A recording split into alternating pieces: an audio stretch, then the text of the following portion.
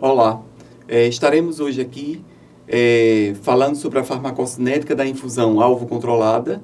Essa aula é uma aula da Sociedade Brasileira de Anestesia.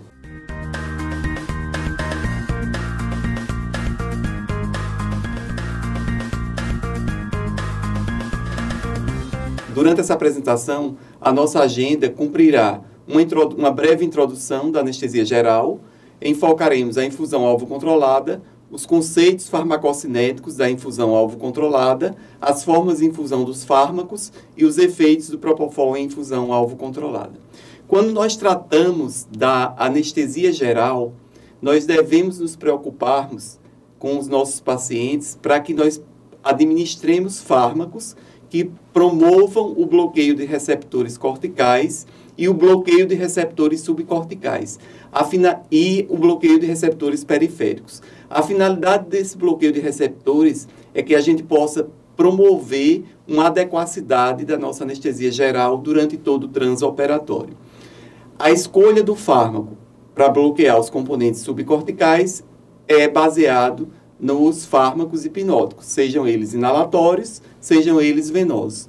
A escolha dos fármacos de bloqueio subcortical, em geral, é realizada com a utilização dos opioides. Apesar de que hoje em dia nós já temos uma nova técnica onde podemos prescindir da utilização do opioide e realizar uma anestesia opioide-free, lançando mão de outros fármacos como a cetamina, o sulfato de magnésio, a lidocaína e os alfa-2 agonistas, a clonidina e a dexmedetomidina.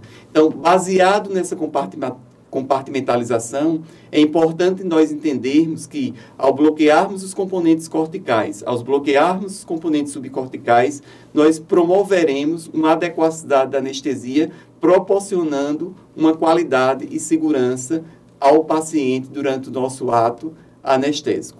Então, tratando agora da infusão alvo controlada, a infusão alvo controlada é uma técnica que ela pode ser utilizada tanto para anestesia venosa, como ela também pode ser utilizada para anestesia inalatória.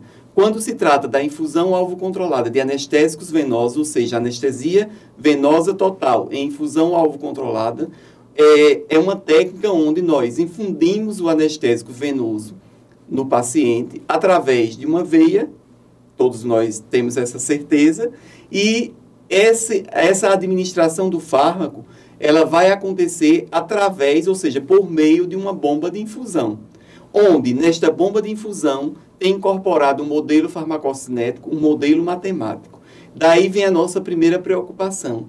Além de conhecer os conceitos farmacocinéticos básicos da infusão alvo controlada, também é importante que nós entendamos, sejamos conhecedores dos modelos farmacocinéticos. Então, baseado nisso, é que funciona a anestesia em infusão alvo controlada por via venosa. Ou seja, o anestesiologista vai determinar uma concentração inicial do fármaco, porque nós agora temos que ter uma outra mentalidade. Até então, quando a gente tratava de anestesia venosa ou anestesia balanceada, nós tratávamos de bolos, nós tratávamos de dose. A partir de agora, não. Nós estamos falando da técnica de infusão alvo controlada, da anestesia venosa total e infusão alvo controlada. Então, nós passamos a ter uma outra lógica. Nós começamos a tratar os nossos fármacos com concentração. Então, a anestesia venosa, ela é administrada através de fluxo. Então, ela se baseia na concentração escolhida, seja uma concentração escolhida em plasma, seja uma concentração escolhida em efeito. E em se tratando de infusão alvo controlada, os anestésicos venosos administrados nessa técnica, os hipnóticos são tratados como micrograma por ml e os opioides são tratados como nanograma por ml. Então, como vocês podem ver na tela, aí uma demonstração do Tivatrane, mostrando nessa linha vermelha que inicialmente, ao administrarmos um bolus, o fármaco vai fazer um pico até que haja um equilíbrio. Que equilíbrio é esse? O equilíbrio entre o plasma e o sítio efetor. Então, por isso, a importância de entendermos o modelo e de escolhermos o modo. Tem alguns modelos que são melhor utilizados em modo plasma, tem alguns modelos que são melhor utilizados em modo efeito. Então, como eu estava falando anteriormente, se vocês observarem na tela, vocês vão ver que ao administrarmos o fármaco, ele fez um pico. A partir daí, ele vai ser equilibrado, que é esse tracejado vermelho, e aí quando ele encontra o plasma e o sítio efetor se equilibram, nós dizemos que ocorreu o ponto de hipnose. Então, aquele é o ponto onde o paciente vai adormecer. E o ponto de hipnose ele pode ser testado através do reflexo corneopalpebral ou através do reflexo auditivo. É importante tratarmos também que tudo que a gente vai falar aqui dessas características, a partir do momento que nós utilizamos um monitor de profundidade anestésica, nós vamos acompanhando todo o desenrolar, a indução e manutenção da nossa anestesia com o aparelho de monitorização da profundidade anestésica. Nesse módulo, nós trataremos de 6 conceitos fundamentais. Esses conceitos são importantíssimos para a realização da infusão alvo controlada, seja ela inalatória, seja ela venosa. Então, nós abordaremos as constantes KE0 e T meio-KE0, o volume de distribuição, a meia-vida com texto sensível, a esterese e a biofase. Então, o que é KE0? Então, KE0 é uma constante. E é uma constante de quê? O KE0 é uma constante de velocidade. Então, ela vai traduzir para nós a velocidade com que o fármaco, ao ser injetado na veia do paciente, ao ser injetado no plasma do paciente, esse fármaco vai percorrer para chegar no sítio efetor, no local de efeito, que é onde o fármaco vai agir. Então, o KE0 é uma constante de velocidade. E por que a gente estuda o KE0? É porque, na realidade, o KE0 permite que a gente entenda um outro conceito que a gente vai ver mais adiante, que é o conceito de esterese. Através do KE0, nós vamos entender quando ocorre o equilíbrio entre o plasma e o sítio efetor, que nós denominamos de esterese. Um outro conceito é o conceito de T meio-KE0. Então, o T meio-KE0, o próprio termo já está dizendo T meio, é metade do tempo. Não é o tempo, mas metade do tempo para que ocorra o equilíbrio entre a concentração plasmática e a concentração no sítio efetor. Então, num primeiro instante, já dá para observar que tanto o KE0 como o T meio-KE0 são constantes. Constantes de quê? KE0 constante de velocidade, T meio-KE0 constante de tempo. E aí eu poderia explicar para vocês a seguinte forma. Quando nós queremos induzir um paciente de forma mais rápida, nós teremos que escolher um fármaco, seja esse fármaco inalatório, seja esse fármaco venoso, que tenha um KE0 alto e que tenha um T meio-KE0 baixo. Por que isso? Porque se o fármaco tiver um KE0 alto, ele vai ser veloz. Ele a partir do momento que você injetou esse fármaco na veia do paciente, ele vai ter uma velocidade maior para chegar no sítio efetor, no local de ação. E o T meio-KE0, que é metade do tempo para fazer o equilíbrio, quanto menor o tempo, mais rápido esse equilíbrio vai acontecer. Então, dá para entender que KE0 e T meio-KE0 são constantes inversamente proporcionais. Um outro conceito que a gente poderia falar, trazendo essas informações do T meio-KE0, é a relação hipnótico-opioide. E tratando da relação hipnótico-opioide, vocês podem ver na tela que está exclusivamente o Propofol, e aí eu poderia falar por que só o Propofol como hipnótico. E aí, algumas coisas, quem assistiu ao módulo de anestesia de anestésicos venosos já pode entender porque o Propofol hoje em dia é o protótipo, é o fármaco que vem sendo mais utilizado no mundo inteiro dentro da infusão alvo controlado em decorrência de suas características farmacocinéticas.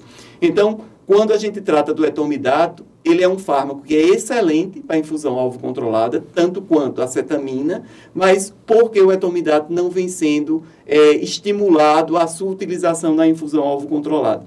É em decorrência do etomidato promover dor à injeção, mioclonia, náuseas e vômito e supressão da 17-alfa-1-beta-hidroxilase, podendo levar à supressão adrenal independente da dose utilizada. A cetamina, ela tem duas grandes e importantes participação dentro da infusão alvo controlada quando nós utilizamos os opioides ou no opioide free em infusão contínua. A cetamina, ela é bem indicada antes da utilização do opioide, principalmente do remifentanil, para impedir a hiperalgesia promovida pelo remifentanil em microdose. Nós utilizamos em torno de 0,1 a 0,3 mg por quilo de peso, antes de iniciar a administração do remifentanil. Um outro grande papel da cetamina dentro da infusão alvo controlada seria para a potencialização da analgesia. Tratando agora da relação hipnótico-opioide, quem promove a melhor sinergia entre os opioides e o propofol é o remifentanil. Por que isso? Porque o remifentanil, ele é o único opioide que ele é metabolizado por esterase plasmática. Então, ele não tem meia-vida com texto sensível. Independente do tempo que nós administrarmos o remifentanil, 7 a 10 minutos após fecharmos a bomba de infusão, nós não teremos nenhum metabólito ativo. E aí vem uma outra grande preocupação. Nós temos que, nesse momento, nos preocuparmos com a analgesia pós-operatória, porque nós não teremos nenhum resíduo de opioide nos nossos pacientes e daí teremos que planejar adequadamente, quiçá não apenas uma analgesia multimodal, mas uma anestesia multimodal. Então, nesse contexto, qualquer um dos fármacos opioides se prestariam à infusão alvo controlada. E por quê? Qual é o manuseio de cada um deles? O fentanil, ele tem redistribuição gástrica. Então, se nós utilizarmos em infusão alvo controlada, ele vai acumular. Então, ele não é um fármaco que se presta à infusão alvo controlada. O remifentanil seria um fármaco onde nós utilizaríamos em dose única, numa concentração alta, e basearíamos a nossa anestesia toda no hipnótico. Com relação aos demais opioides, como poderemos tratar deles? Com relação ao sulfentanil, o sulfentanil tem um perfil excelente de infusão alvo controlada pelas suas características farmacocinéticas. Só que o sulfentanil, com o tempo de sua infusão contínua, ele também acumula. Ele é o opioide em utilização mais lipossolúvel. Então, a partir de 480 minutos, ou seja, a partir de 8 horas de duração, esse sulfentanil também tem um perfil similar ao fentanil. E o alfentanil seria aquele fármaco onde poderíamos lançar mão da sua utilização quando não tivermos o remifentanil. A opção pelo alfentanil poderia ser naquelas anestesias de longa duração. Passando agora para o segundo conceito, então, nós tratamos do KE0 e do T-meio KE0, que são duas constantes. O KE0 é uma constante de velocidade, o T-meio KE0 é uma constante de tempo. O T-meio KE0 nos traduz metade do tempo para que haja o equilíbrio entre o plasma e o sítio efetor. Passaremos agora a tratar de um conceito importantíssimo, que é o volume de distribuição. Por que a gente trata, dentro da infusão alvo controlada, do volume de distribuição? Porque nós, a partir de agora, nós pensaremos não mais em bolos, não mais em dose, mas na infusão alvo controlada, nós pensaremos em concentração, numa administração contínua do fármaco. E aí, pensando nisso, o volume de distribuição em nosso organismo, ele é um volume aparente e, matematicamente, o volume de distribuição, ele é traduzido pelo quociente entre a quantidade ou a concentração, dividido pela concentração do fármaco. Então, já dá para entender que a concentração do fármaco é inversamente proporcional ao volume de distribuição. Então, falando agora desse importante modelo, ou seja, do volume de distribuição dentro do modelo compartimental, exceto para um fármaco que é monocompartimental, que é o remifentanil, os nossos demais fármacos são manuseados dentro do contexto farmacocinético, farmacodinâmico, como um modelo tricompartimental. Então, a partir do momento que nós administramos o nosso fármaco venoso na veia do paciente, ele inicialmente vai fazer um pico de ação com aquele bolus, com aquele flash, ou com a administração em tempo da infusão alvo controlado, e vai saturar o compartimento central, onde estão os tecidos ricamente vascularizados, fazendo, através de uma velocidade, que é o KE0, e de um tempo, que é metade do tempo, para fazer esse equilíbrio, ou seja, levando a um ponto de hipnose, levando ao nosso paciente a perda da consciência. E aí, a partir daí, esse fármaco ele vai ser distribuído e redistribuído. Então, esse fármaco ele vai ser distribuído para os compartimentos 2 e para os compartimentos 3. O compartimento 2, o compartimento dos músculos, o compartimento 3, o compartimento das gorduras. Então, a base da anestesia venosa em infusão alvo controlada é por distribuição e redistribuição. Então, tanto para analgésicos como para hipnóticos, essa logística ela é adequada. Por quê? Porque o funcionamento desse volume de distribuição é através de constantes de transferências. Como vocês podem ver na tela, nós temos lá o K12, ou seja, é a passagem do fármaco do compartimento central para o compartimento de gordura, de músculo, que é o segundo compartimento, e o K21 é o retorno desse fármaco, ou seja, a distribuição e a redistribuição do fármaco para que ele seja eliminado através do compartimento central. Da mesma forma, tanto quanto o compartimento 2, o nosso fármaco, à medida que ele vai sendo administrado, ele vai ocupando, ele vai saturando esses compartimentos vão sendo preenchidos tanto pelos hipnóticos como pelos opioides, pelos adjuvantes, e a constante K13 traduz a transferência, uma constante transferência que traduz quanto de fármaco está indo do compartimento central para o compartimento 3 e o inverso do compartimento 3 para o compartimento 1. O entendimento do modelo tricompartimental ou do modelo do volume de distribuição é importantíssimo, porque vai nos permitir que a gente entenda, que a gente consiga entender toda a logística da infusão alvo controlada, ou seja, a previsibilidade, a preditividade da anestesia em infusão alvo controlada. Então, resumindo do que eu falei, nós poderíamos tratar do volume de distribuição como 3 compartimentos básicos. O compartimento central, onde nós temos os tecidos ricamente vascularizados, o segundo compartimento, onde temos as gorduras, os músculos, e o terceiro compartimento, onde temos os músculos. É importante entender que quando nós fazemos o bolus, o flash, ou quando nós tratamos a nossa anestesia em tempo, vai ter o preenchimento desse compartimento central. A partir daí, o nosso fármaco vai ser distribuído e redistribuído. Vocês lembram que no slide anterior nós tratamos isso como constantes de transferências. Por isso, nós precisamos manter a nossa anestesia, já que se trata de uma infusão alvo controlada. E aí, os slides a seguir mostrando de forma prática como isso acontece. Então, nós injetamos o nosso fármaco venoso, seja ele hipnótico, seja ele opioide, no compartimento central. Esse fármaco, ele vai ter um pico de ação, ou seja, ele vai ser distribuído e redistribuído. Então, a partir da distribuição e da redistribuição para os compartimentos 2 e para o compartimento 3, após o fechamento da nossa bomba de infusão, nós teremos a fase de eliminação ou decaimento desse fármaco, e aí o paciente vai despertar. Então, é importante que a gente entenda esses conceitos que foram vistos até agora. KE0 é uma constante de velocidade, T meio KE0 é metade do tempo para que haja o equilíbrio entre o plasma e o sítio efetor, e o volume de distribuição para os nossos fármacos, na maioria deles, eles são tratados com um modelo tricompartimental, exceto para o remifentanil, que é monocompartimental.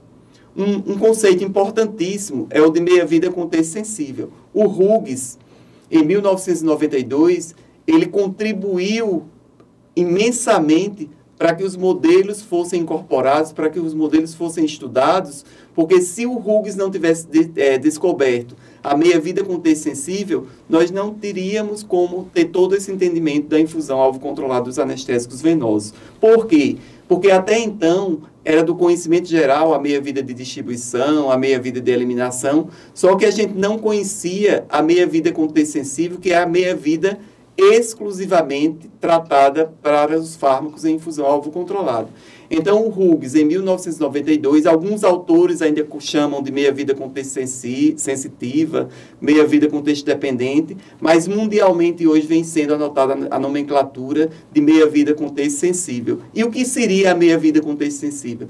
Nada mais é do que o tempo para que o fármaco decaia 50% na sua concentração plasmática a partir do momento que você fechou a bomba de infusão. Então, você já pode observar que trata-se diferentemente da meia-vida de eliminação, porque a meia-vida de eliminação seria o decaimento de 50% a partir do bolus. A meia-vida contexto sensível é o decaimento de 50% da concentração plasmática a partir do momento que nós fechamos a bomba de infusão. E por que isso é importante?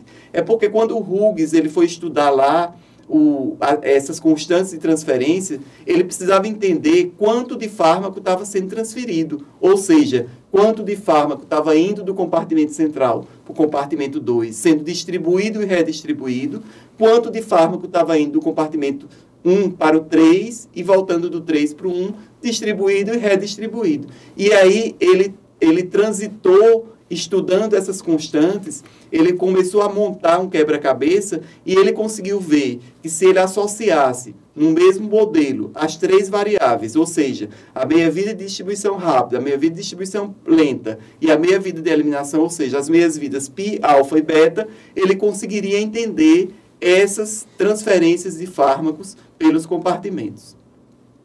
Então, aí está nesse slide, mostrando para vocês, o tempo de meia-vida com texto sensível dos hipnóticos. E aí, como eu falei anteriormente, tanto a acetamina, como o etomidato, como o propofol, têm meia-vida com texto sensível similares, semelhantes. Então, seriam 3 fármacos excelentes para administração em infusão alvo controlado.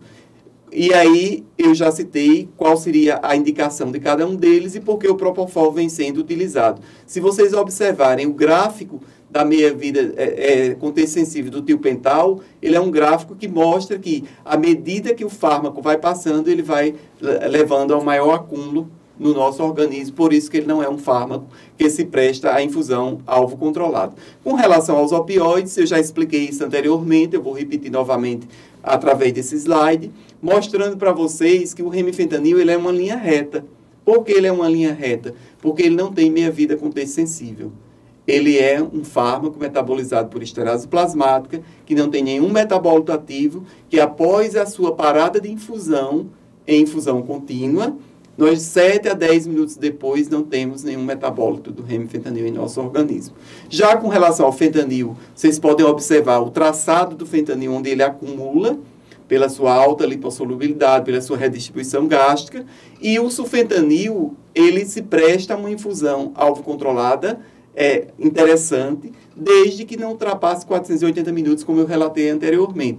A partir daí, ele começa a ter um perfil, se vocês observarem essa linha azul, ele começa a ter um perfil também de acúmulo. O alfentanil, que está tracejado aí nessa linha azul, ele permite nós entendermos que entre o alfentanil e o sulfentanil, numa cirurgia de longa duração, acima de 480 minutos, o alfentanil começa a ter um perfil melhor do que o sulfentanil. Então, nós falamos do KE0, constante de velocidade, T-meio KE0, constante de tempo. Falamos do volume de distribuição, da meia-vida com texto sensível, vamos falar agora de um termo chamado esterese. A esterese não é um brinquedinho, não é algo que não existe uma explicação científica lógica. A esterese traduz para a gente, como eu falei lá no conceito de KE0 e T-meio KE0, ela traduz esse equilíbrio entre a concentração plasmática e a concentração do sítio efetor. O sítio efetor também pode ser chamado de efeito, pode ser também chamado de biofase, ou seja, é o local onde o fármaco age. E qual seria a tradução matemática da esterese? A tradução matemática da esterese é o T-meio KE0 do fármaco, seja ele inalatório, seja ele venoso, vezes 4,32. Então, o que seria esse 4,32 dentro da expressão matemática? É o número de meias-vidas que o fármaco percorre para realizar o equilíbrio, para realizar a esterese. Então, para que a gente conheça a esterese de um modelo farmacocinético do propofol, por exemplo, do modelo de Mash, do modelo de Schneider, do modelo de Fast-Mash, do modelo de White, do modelo de Schutler, o que eles fizeram? O que esses estudiosos fizeram? Eles trabalharam diferentes T-meios KE0s, que multiplicando por 4,32 vai dar uma esterese para cada um daqueles modelos de forma diferente. Por exemplo, o modelo de Schneider, ele é um modelo onde ele não considera, ele considera o volume de distribuição central fixo. Ou seja, independente do peso do paciente, vai a mesma quantidade para lá, em torno de 4,27 litros. Já o modelo de Mash considera o peso. Então, ele vai calcular de acordo com o peso do paciente. Um outro conceito seria o conceito de biofase, que aí vocês todos já devem estar sabendo que biofase é o local onde o fármaco age, é o sítio efetor, é o local de ação, é onde nós temos os receptores. Para os hipnóticos, a maioria dos hipnóticos age a nível de receptor GABA, exceto a acetamina, que é NMDA, e os receptores opioides têm seus receptores próprios de cada um deles. Com relação à infusão do fármaco venoso, como é que nós podemos infundir um fármaco? Então, é importantíssimo que a gente entenda esse conceito da infusão alvo controlada. Quando nós escolhemos uma anestesia geral, essa anestesia geral ela pode ser feita de forma balanceada, inalatória pura e venosa pura, anestesia venosa total. Quando nós escolhemos a anestesia venosa total, nós ainda podemos escolher a anestesia venosa total baseada em bolos e bolos intermitentes, que era uma técnica que a gente praticava muito no passado, ou a gente pode escolher uma técnica de infusão alvo controlada, de infusão manualmente controlada, com as bombas de infusão onde não tem incorporado os modelos farmacocinéticos, ou poderemos escolher uma técnica de infusão alvo controlada, que seria a técnica mais adequada para que a gente pudesse manter o paciente dentro de um perfil de hipnose ou de analgesia adequada. Por quê? Porque quando nós escolhemos a utilização do bolos, vocês podem observar nessa linha vermelha, inicialmente nós faremos um pico de ação, depois esse fármaco vai ser distribuído, redistribuído, metabolizado, excretado e o paciente voltaria a sentir dor, se fosse analgesia, ou despertaria, se fosse hipnose. Quando nós fazemos bolos intermitentes, que é essa linha verde, vocês podem observar que nós fazemos o tempo todo sobredoses e subdoses, porque nós vamos injetando o fármaco de forma aleatória. Entretanto, quando nós escolhemos a infusão alvo controlada, se vocês observarem, nós manteremos o fármaco o tempo inteiro dentro da janela terapêutica. Quando a gente fala em janela terapêutica de infusão alvo controlada, a gente está tratando da concentração efetiva 50 versus concentração efetiva 95, ou seja, é a faixa terapêutica onde 50% a 95% dos pacientes terão uma hipnose ou uma analgesia adequada desde que estejamos usando a infusão alvo controlada.